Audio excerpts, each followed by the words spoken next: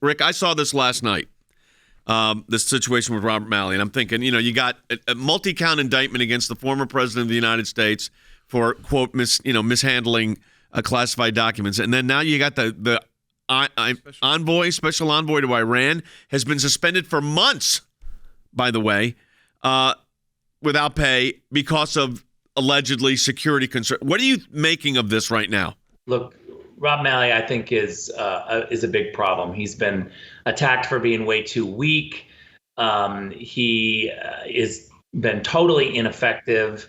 And I think people on both sides wanted him out. So this is a real convenient way to kind of push him out from his leadership role because he's just been a disaster. Rick, do you think, for those of us who oppose this deal and think it's crazy that they're trying to get back into this deal yet again, when we see there's so much other things we need to prepare in that region of the world, instead of trying to work with a bad actor like Iran with a bad deal that just didn't work? But we know Malley, he was at the heart of it the first time. He was brought back. This is another, brought back from the Obama years to do it again.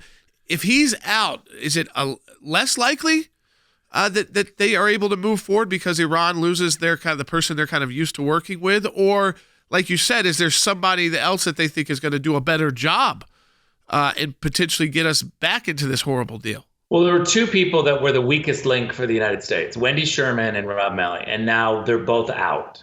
So I think it's an admission that their strategy hasn't worked. Wendy Sherman was certainly frustrated. She was the Deputy Secretary of State. She was frustrated. Her reputation is, what do you want, Wendy? When she negotiates, she just gives everything away, whether it's North Korea, Iran, there's a long list, Russia. So I think that where we are now is that there's no leader, which means there's no one pushing this bad strategy. But it's indicative of the fact that the NSC and the White House are not going to pursue this policy. It's the last year before the re-election of Joe Biden, and I believe that they have touched this third rail and were electrocuted by trying to be too soft on Iran. And then we saw what happened. Remember, they removed the Houthis from the terrorist watch list. And within months, the Houthis were attacking the UAE. So their weakness is causing us and our allies to be less secure. Where we've got military bases and a great military and security relationship, pushing them to try to make deals with Iran because they want to stop getting the shot at too by the Houthis. I was thinking about this, Rick. We were so close to seeing Saudi Arabia sign the Abraham Accords. And then the Biden administration comes in and the Saudis are looking at a total change of Middle East policy and are starting to say, we got to contain this Iran situation. We may have to make a deal with them because we don't trust the United States. And don't forget, they have been listening and coddling up to the Chinese. And I think it's an admission that without the United States leading, they need a cover. They need somebody else that's going to help them. And so there's been a panic throughout the Middle East, not good for America.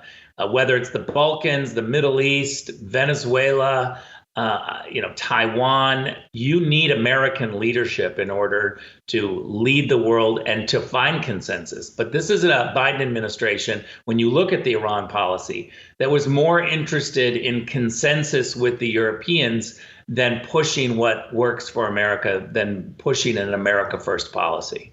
We're going to take a call because I know you especially you were in the administration, understand the importance of the selection of Supreme Court nominees that President Trump put in place, and we're starting to see that in big ways now at the Supreme Court. Now the left is trying to demonize and delegitimize the court in ways that are unreal. Having said that, it's the law of the land now, folks. So an administrative state can't forgive dollars that are owed. Let's go and take Kenneth's call because this kind of thing ties in and we'll get Rick's comment as well. Hey, Kenneth. First of all, I'm so grateful that President Trump got to put 3 Supreme Court justices conservative on the bench because we can see the work that's been able to be done with them along with all the federal judges he got to put on the bench as well. But I went to school for 3 semesters. I decided it wasn't for me. I left. I procrastinated on paying back my school loans, and so as a result, I had my wages garnished and everything else. And I was last in school in 1998, and I just paid off my student loans last year. But I'm not salty with anybody else because it was a choice I made. And so I just feel like you go out, you get a loan, and I decided 3 semesters in, this is not for me. I'm going to go do something else. But, you get a loan, and even if you get help, if Congress does something, it still shouldn't be the responsibility at bulk of the American people to pay back a loan on a decision that you made. Because it punishes directly Kenneth, who has gone through wage garnishment to pay back his loan. Does he get any relief from this? None. He wouldn't have gotten any. Nothing. In fact, he'd be paying back more loans for other people with his taxpayer dollars. Correct. And Rick, what Kenneth said about the Supreme Court justices, the lasting legacy of any president are the justices on the Supreme Court. And you've got generations here. I mean, you're talking these nominees were in their late 40s, early 50s. They're still in their late 40s, early 50s. And, they serve until, usually till their late 80s. So you're seeing a potential sea change at the Supreme Court right now. I mean, let's credit Donald Trump. He has ended federal abortions. He's ended affirmative action. He has come out swinging for religious liberties all through the Supreme Court. So it's pretty remarkable. I have to say this about the student debt issue is that Democrats and Republicans actually agree on the problem, which is that the cost of higher education is out of control. And our universities have been unable to do anything about it. We disagree on the tactic because Democrats have decided that instead of controlling the costs at the university, they've decided to just cancel the loans. But that really rewards the universities. They continue to get the money that they're really wildly spending on ridiculous programs.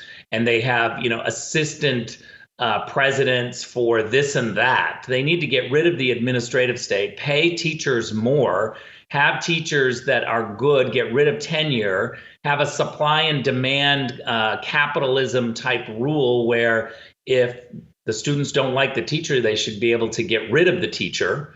And that way we can clean up the cost of education and not have to go in and cancel people's obligations that they made. Congress, the Democrats controlled it for 2 straight years. Why didn't they fix this problem? Why did they wait? They for 2 years, they had the House, the Senate, and the White House. They could have easily passed anything they wanted. I think they just wanted an issue to pound the Supreme Court on. Appreciate it. Thanks for being with us.